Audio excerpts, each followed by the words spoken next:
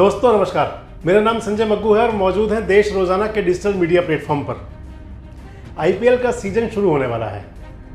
22 मार्च से आईपीएल की जो मैचों की श्रृंखला है वो शुरू हो जाएगी और जहां खिलाड़ी खेलते हैं वहीं क्रिकेट पर सटोरिये भी खेलते हैं। और जो सट्टा लगा करता है क्रिकेट का, जब बुकी बैठते हैं और उनके बुकीज के पास में जो खिलाड़ी जिनको पंटर कहा जाता है वो आते हैं, तो फिर जो टीमों के जीत हार का नाम दिया जाता है, उनको जो चलता है, उसमें सबसे फेमस जो शब्द होता है, मशहूर शब्द होता है, वो कहता है फेवरेट टीम कौन सी है। मैं इस वीडियो में आपसे जो बात कर रहा हूँ वो किसी क्रिकेट की बात नहीं कर रहा, किसी आईपीएल की बात नहीं कर रहा, किसी सट्टे की बात नहीं कर रहा। मैं आपसे बात कर रहा हूँ फेवरेट वर्ड की। और आज जो फेवरेट शब्द है, इस समय मान लें तो राजनीति के अंदर, खासकर आज के दिन, थोड़ा सा चर्चा में यूँ है कि एक वेबसाइट ने, यानी कि दैनिक भास्कर की वेबसाइट ने अपने जो सर्वे किया था, सर्वे का परिणाम दिया, उसके अंदर ये रखा कि फला कैंडिडेट फेवरेट है। तो रोहतक के अंदर तो एक ऐसा कैंडिडेट बीजेपी के लिए फेवरेट दिखाया गया, अगर आप उसे क्रिकेट की भाषा में कहें तो मैच ना खेलने वाली टीम, यानी कि जो अभी मैच खेल ही नहीं रही, उसको ही फेवरेट कर दिया। फेवरेट किया गया नवीन जिंदल साहब को भारतीय जनता पार्टी के प्रत्याशी के तौर पर। वेबसाइट ने जो कुरुक्षेत्र लोकसभा सीट है उसके लिए कहा है कि नवीन जिंदल भारतीय जनता पार्टी के प्रत्याशी के तौर पर सबसे फेवरेट कैंडिडेट हैं और सबसे उनका जो भाव है, उनका जो रेट मिला है उनके लिए 60% से ज़्यादा लोग पसंद करते हैं उनको। और 40% रेशो दिखाया गया है उनका। सभी 9 की 9 जो कुरुक्षेत्र की लोकसभा के अंदर जो विधानसभाएं सीटें हैं 9, उन सभी 9 विधानसभा सीटों में कहा गया है कि नवीन जिंदल भारतीय जनता पार्टी के प्रत्याशी के तौर पे पहली पसंद है, यानी कि फेवरेट हैं। अब आप कहेंगे कि ये बात क्यों, और अगर क्यों नहीं दिखा सकते, तो भाई जो मैंने कहा कि जब तक कोई टीम क्रिकेट के मैदान में, यानी कि पिच पर उतरी ही नहीं, तो उसको फेवरेट कर दिया जाएगा, तो फिर बात जरूर उठेगा, सवाल जरूर उठेगा। आपको कुरुक्षेत्र लोकसभा के बारे में जब सारी चर्चा कर रहे हैं तो आपसे एक बात और बताएंगे जरूर। कुरुक्षेत्र लोकसभा आज आम आदमी पार्टी और कांग्रेस की हरियाणा के अंदर जो साझेदारी हुई है, जो डील हुई है, उसके तहत अब कुरुक्षेत्र लोकसभा सीट से आम आदमी पार्टी चुनाव लड़ेगी। यानी कि जो इंडिया गठबंधन की 2 पार्टियां हैं, कांग्रेस और आम आदमी पार्टी, इन दोनों के बीच में आज समझौता हो गया और उस समझौते के तहत एक लोकसभा सीट जो कि कुरुक्षेत्र है वो आम आदमी पार्टी के खाते में गई और बाकी की 9 लोकसभा सीटों पर कांग्रेस चुनाव लड़ेगी। जो आम आदमी पार्टी है वो हरियाणा में 3 लोकसभा सीटें चाह रही थी, अंबाला, कुरुक्षेत्र और सिरसा। अंबाला और सिरसा दोनों रिजर्व सीटें हैं और कुरुक्षेत्र भगवान कृष्ण की कर्म भूमि कह सकते हैं, जहां से उन्होंने गीता का संदेश दिया था। इसके साथ साथ कुरुक्षेत्र वो लोकसभा सीट है कि जहां के सांसद देश के कार्यवाहक प्रधानमंत्री बने 2 बार। गुलजारी लाल नंदा वहाँ के सांसद हुआ करते थे और एक बार श्री लाल बहादुर शास्त्री के निधन के बाद और एक बार पंडित जवाहरलाल नेहरू के निधन के बाद उनको बनाया गया था कार्यवाहक प्रधानमंत्री। और उस कुरुक्षेत्र लोकसभा सीट के लिए जो भारतीय जनता पार्टी का फेवरेट कैंडिडेट कहा गया है, वो कहा गया है कि नवीन जिंदल सबसे फेवरेट प्रत्याशी हैं। मैंने भी एक वीडियो आपके साथ पिछले दिनों शेयर की थी, उसके अंदर कहा था कि क्या नवीन जिंदल शामिल हो सकते हैं भारतीय जनता पार्टी में, और तब से ये सवाल फिजा में तैर रहा था कि क्या नवीन जिंदल भारतीय जनता पार्टी में शामिल होकर भाजपा के प्रत्याशी हो सकते हैं। और एक और वीडियो में मैंने आपसे कहा था कि ये बात तो चली थी, लेकिन भारतीय जनता पार्टी के अंदर आजकल जिस प्रकार का भाजपा का माहौल है, जिस प्रकार मोदी के चमकते नेतृत्व के आगे भारतीय जनता पार्टी खासकर उत्तर भारत के अंदर तो बहुत ही ऊंचे स्तर पर है, तो ऐसी स्थिति में किसी को पार्टी में लेना और उसको फिर टिकट की गारंटी देना, ये बहुत आसान बात नहीं है।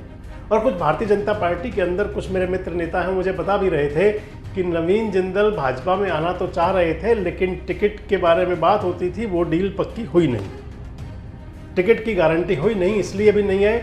ये तो वैसे नवीन जिंदल जानते होंगे या उनके समर्थक सहयोगी जो उनको वहाँ शामिल कराना चाह रहे थे, क्या राजनीति है, वही बेहतर बता सकते हैं। लेकिन मैं जो आपसे बात कर रहा हूं कि वेबसाइट ने नवीन जिंदल को फेवरेट कहा है।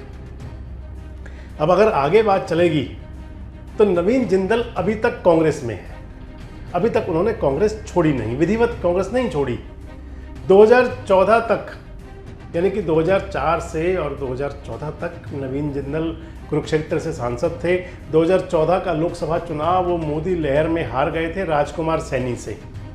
और मान ले तो 2014 से पहले कुरुक्षेत्र लोकसभा सीट पर ज़्यादातर कांग्रेस का कब्जा रहा था। 2014 और 2019 इन दो चुनाव में कुरुक्षेत्र में भारतीय जनता पार्टी जीती थी। 2014 में राजकुमार सैनी और 2019 में नायब सिंह सैनी। राजकुमार सैनी अपनी अलग दुकान खोल चुके हैं, राजनीतिक दुकान, अलग पार्टी है उनकी, और नायब सिंह सैनी आजकल भारतीय जनता पार्टी के प्रदेश अध्यक्ष हैं। पिछले दिनों जो चर्चा चली थी कि क्या नवीन जिंदल शामिल हो सकते हैं भारतीय जनता पार्टी में कांग्रेस छोड़कर, तो उस चर्चा के बाद में वो चर्चा विराम लग गया। हालांकि उस समय तो कुछ ऐसा भी कहा जाता था कि डेट भी फिक्स हो गई है, लेकिन वो बात बनी नहीं और नवीन जिंदल शामिल हुए नहीं। लेकिन वेबसाइट ने जो फेवरेट कैंडिडेट कहा है बीजेपी का कुरुक्षेत्र लोकसभा के लिए, वो नवीन जिंदल को कहा है। अगर अब कुरुक्षेत्र लोकसभा सीट की बात करें तो दो बातों पे आपसे बात करते हैं। पहली तो ये कि क्या नवीन जिंदल अब कांग्रेस छोड़कर भाजपा में आ सकते हैं। उसके पीछे कारण ये, उसके पीछे मुख्य बात ये कि क्योंकि कांग्रेस ने ये जो कुरुक्षेत्र की लोकसभा सीट है, ये सीट शेयरिंग में आम आदमी पार्टी को दे दी है।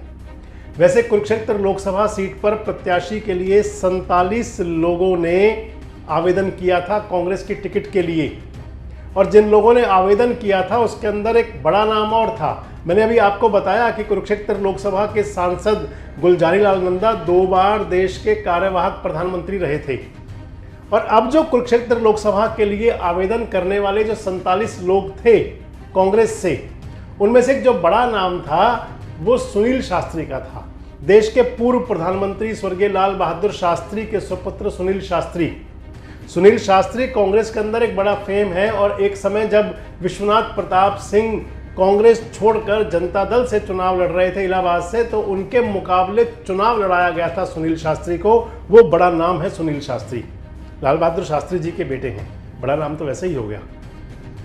और राजनीतिक सूत्र कहते हैं कि कांग्रेस की तरफ से जो एक कमेटी बन रही है जो कैंडिडेट फाइनल करेगी, उसने भी बड़ी गंभीरता से सुनील शास्त्री के नाम को आगे लिया था।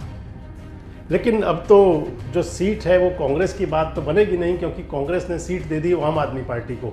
और वही नवीन जिंदल का जिक्र दोबारा से कि नवीन जिंदल आज तक कांग्रेस में है। अगर वो चुनाव लड़ना भी चाहते हैं और कांग्रेस से लड़ना भी चाहते थे, तो फिर तो आप मान लें कि कांग्रेस ने तो सीट दे दी है शेयरिंग में आम आदमी पार्टी को, तो फिर नवीन जिंदल की कांग्रेस में तो बात बनेगी नहीं। और अगर वो भारतीय जनता पार्टी में शामिल होते हैं तो क्या टिकट की गारंटी पर शामिल होंगे। और जो सर्वे ने कहा है, जो वेबसाइट का सर्वे है, जो फेवरेट कह रहा है नवीन जिंदल जी को, उसके लिहाज से अगर देखें तो फिर क्या नवीन जिंदल, क्योंकि फेवरेट भी हो गए, कांग्रेस में उनको टिकट मिलनी नहीं। अगर उनका चुनाव लड़ना है, चुनाव लड़ने का मन है या कोई चुनाव लड़ाया जाता है, तो क्या फिर भारतीय जनता पार्टी में उनको शामिल कराया जाएगा। लेकिन ये जरूर है कि जिस भाषा को मैंने आपसे शुरू किया था कि किसी टीम को पिच में उतरने से पहले ही फेवरेट कर देने की भी ये कला होती है, और एक कला का अच्छे से प्रदर्शन हुआ उस वेबसाइट पर। वैसे वेबसाइट ने जो कहा है कि नवीन जिंदल पहली प्राथमिकता है, दूसरी प्राथमिकता नायब सिंह सैनी है, तो नायब सिंह सैनी तो आजकल भारतीय जनता पार्टी के प्रदेश अध्यक्ष हैं, और उनको शायद जो भाजपा चुनाव लड़वाए ना, और वो चुनाव लड़ना भी नहीं चाहेंगे, क्योंकि वो 10 की 10 लोकसभा सीटों पर सक्रियता रहेगी प्रदेश अध्यक्ष होने के नाते। अन्य प्रत्याशियों की बात करें तो वहाँ पवन सैनी का नाम भी चला। पवन सैनी कभी वहाँ विधायक की टिकट मांगा करते थे, सांसद की मांगते थे, भाजपा के प्रदेश के महामंत्री थे। अब की बार उनका नंबर महामंत्री पर भी नहीं लगा। पवन सैनी को बहुत थोड़े से लोगों ने, जो उस वेबसाइट के हिसाब से फेवरेट माना है, 7% लोग लगभग हैं। तो अब बड़ी बात ये आ जाती है कि, और कुरुक्षेत्र लोकसभा के लिए अगर आपको ध्यान हो तो हमने कल एक वीडियो आपके साथ शेयर की थी, जिसके अंदर मैंने आपको ये बताया था कि आचार्य देवव्रत शास्त्री, जो आजकल गुजरात के राज्यपाल हैं, क्योंकि हमसे कल उस वेब स्टोरी के अंदर हमने जब यूट्यूब पर डाली थी तो हमसे गलती भी हुई थी। हमने उनको हिमाचल का राज्यपाल बताया था और हमारे दर्शकों ने उसको तुरंत ठीक किया था और हमें कहा था कि वो हिमाचल के नहीं गुजरात के राज्यपाल हैं। हमसे गलती हुई थी और हमारे दर्शक हमारा इतना ध्यान रखते हैं कि हम हमारी गलती को तुरंत सुधार भी करवाते हैं। तो गुजरात के राज्यपाल देवव्रत शास्त्री के लिए मैंने कल कहा था अपने एक वीडियो में कि भारतीय जनता पार्टी जो उनके जाट प्रत्याशी थे पहले लोकसभा सीटों पर, भिवानी महेंद्रगढ़ और दूसरी सीट जो मैंने आपको बताया था हिसार, वहाँ से बदल करके नए चेहरे ला सकती है, जाट प्रत्याशी किसी और सीट पर हों। और हमने आपसे कहा था कि कुरुक्षेत्र लोकसभा सीट से भारतीय जनता पार्टी गुजरात के राज्यपाल देवव्रत शास्त्री पर भी दांव खेल सकती है। और अब वो जिस प्रकार की बात चल रही है कि नवीन जिंदल अगर फेवरेट होते हैं तो वही हमारे दर्शकों के पास हम सवाल छोड़ते हैं कि आपको क्या लगता है कि क्या नवीन जिंदल अब भारतीय जनता पार्टी में शामिल हो सकते हैं? आपको क्या लगता है कि क्या नवीन जिंदल पर भारतीय जनता पार्टी दांव खेल सकती है, उनको लोकसभा चुनाव लड़ा सकती है? और तीसरा वही सवाल कि आपको क्या लगता है कि कुरुक्षेत्र लोकसभा सीट पर भारतीय जनता पार्टी क्या 2014 और 2019 वाला प्रदर्शन दोहरा पाएगी? कमेंट्स बॉक्स में आकर अपनी प्रतिक्रिया जरूर दें और इस प्रकार के वीडियोज और अपडेट्स के लिए हमारे साथ जुड़े रहें, देखते रहें देश रोजाना। हमारे साथ जुड़े रहने के लिए देखते रहिए देश रोजाना का यूट्यूब चैनल सब्सक्राइब कीजिए। साथ ही देश रोजाना की खबरें सबसे पहले देखने के लिए प्रेस कीजिए बेल आइकन।